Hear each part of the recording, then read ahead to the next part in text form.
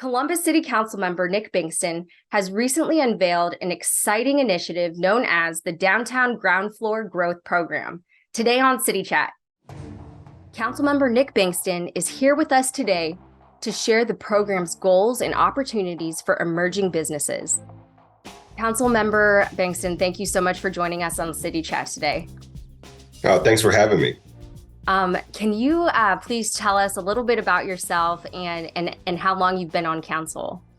Sure. So I'm a Columbus native, a Columbus kid, born and raised, and love our city. I went to East High School, the Ohio State University, and really dedicated my entire both personal and professional careers to public service. And so had the honor of serving two mayors, worked in county government for a little bit, and also worked in the nonprofit sector as well.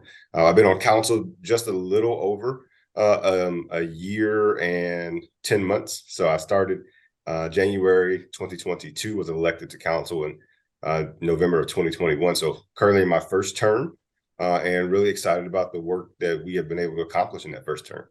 And one of these initiatives that that's important to you is the Ground Floor Growth Program. So we're here to talk about that. Can you tell us what the purpose is of this initiative and why you were inspired to take lead on this? Yeah, so I chair our economic development, small minority business, and technology committees. And for me, downtown holds a special place. Like I said, being a Columbus kid, I truly believe that downtown is the heart of our city. And we know that we were on a growth trajectory before the pandemic, and the pandemic really halted a lot of that. It's changed, I think, the landscape of downtown and what our downtown will look like, but in a good way as well. So downtown is coming back, and it's going to look different. It's going to have more residents. It's going to have more residential than office space and commercial because of the rise in hybrid work and digital work and working from home. But if it does come back, and we know that it's going to be a neighborhood, my vision was always that it has to reflect the diversity of our city. It has to have the faces of all of Columbus seen in the storefronts and seen on the streets of downtown Columbus. And so this is really focused on ensuring that Black, minority, women-owned businesses, that we remove the hurdles for them to be able to operate and do business in downtown. And then we also remove the risk. And so really the folks that will be participating in this ground floor growth initiative are catalysts that are setting the stage for the growth that we know is coming to the region, but more importantly, the growth that we know is coming to downtown Columbus. Yeah, Dispatch had taken a quote from you that said that you had said that when downtown is strong, Columbus is strong. Can you kind of expand on what you meant by that? Yeah, so our city is a living being, right? I consider it to be like a body. It's a living organism. And so you think about our city from north, east, south, west, you think about your own body, right? So to the north, we have a strong brain in Battelle and institutions like the Ohio State University. To our south, which are our legs, we have fast feet in Rickenbacker, which is a logistics hub that makes us go and really gives us the standing that we are from a logistics center. And, to our east and west, we have strong biceps in neighborhoods like Franklinton and the Near East Side. But really, when you think about a body, none of those other organs function unless there's being blood pumped to it. And the heart has to be just as strong as the rest of the organ and the rest of the body in order for the body to be healthy, right? And so having a strong downtown, having a strong heart means that you have strong neighborhoods. It means that you have other opportunities for economic growth and prosperity. And so that's why it's so critically important that we don't necessarily give up on downtown, but that we understand that investing in downtown is not at the expense of the rest of the city, but it is to benefit the rest of the city. And if we are going to invest in downtown, we have to make sure it's reflective of the rest of the city. Yeah. The pandemic has shifted our economic development strategy, and it is imperative for us. And part of our economic success now has to be about placemaking. It has to be about making sure that we have neighborhoods of choice, that people want to live inside the city. Because what has happened after the pandemic, in our city, it functions off of income tax, right? Now, what has happened after the pandemic is that that income tax goes where you physically sit for work.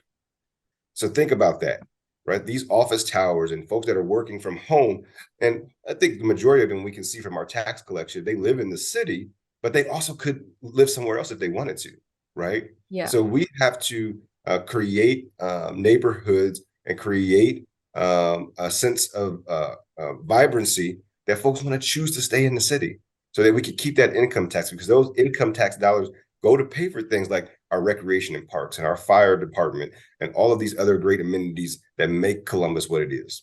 Yeah. So can you kind of, I know this might be a really hard question, but like, how do we get there? So there's three components to the ground floor growth initiative. And we're calling it that because it's not simply just traditional retail. I think when folks think of, or you hear the word retail, folks automatically think clothing or shopping. Yeah. And that'll be a part of it. But it's really about how do we activate the ground floor. So one, we wanted to start with an epicenter to make sure that we had those businesses to be able to feed off of each other. So this will be focused on the gay and high corridor as the center, but the boundaries of the actual geography, if you will, are going to be 4th Street, Front Street, Broad Street, and Long Street are the boundaries. And what the program does is that we've taken capital dollars from the city budget and will help to those small businesses with tenant improvement. So that's upfront capital to help with the build out of these actual physical spaces. Because when you bring tenant improvement dollars to the table, it helps to lower the lease payment for the actual small business. Oh, So okay. that's the first thing.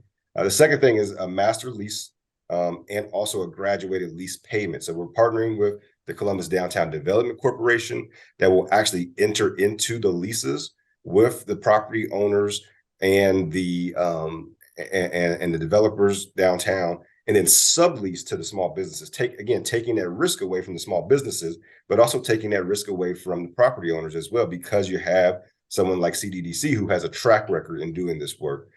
With that is a graduated lease payment, because we know that the first 3 years of business is the hardest. The city is going to contribute 50% towards the lease in year 1, 30% in year 2, and 10% in year 3, with the idea that you're building that clientele, building an on-ramp for these businesses to be able to assume the full price of that lease.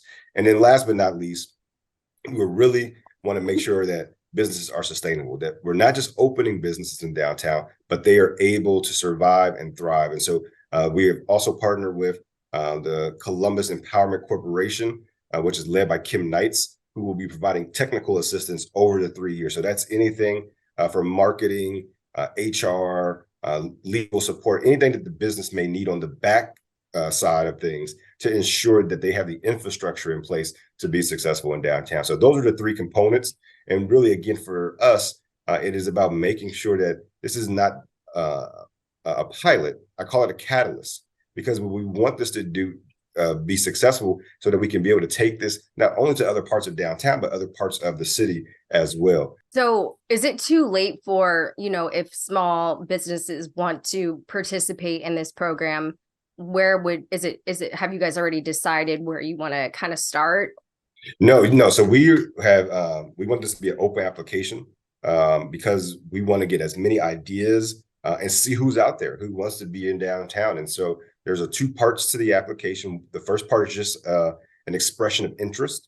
And so any business, again, that is minority or women owned, can go to the city's Small Biz Hub website, which is cbussmallbizhub.com. That's great. Thank you. And then this last question here, November 15th is the deadline for small businesses to submit their application.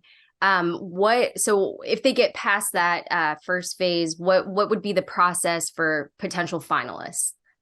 So we would then have them sit down with the current team, really look at their business plan, look at their growth plan, and then also curate what those 10 businesses will look like, because we don't want 10 of the same thing, right? We don't want 10 of the 10 just 10 restaurants or 10 clothing stores or 10 coffee shops. We want to look at what is currently the mix of retail that exists in that area, and then what will complement it and what will be successful. Because what we know is that competition or having multiple businesses makes businesses more sustainable, because folks are not just coming down for one thing, they're now coming down for multiple things. And so really that's what we will do, is sit down and look at all the applications that we get in, one, curate them to make sure, and then again, really do a deeper dive with folks on their business plan. Because again, we want businesses to be successful and we want them to be sustainable as well. And so we'll take a more critical look in phase 2 of the application. That's really informative and exciting. Thank you so much, Councilmember, for explaining all of this to us. Absolutely. Thanks for having me. I'm Josie Smith. Thanks for watching City Chat on CTV.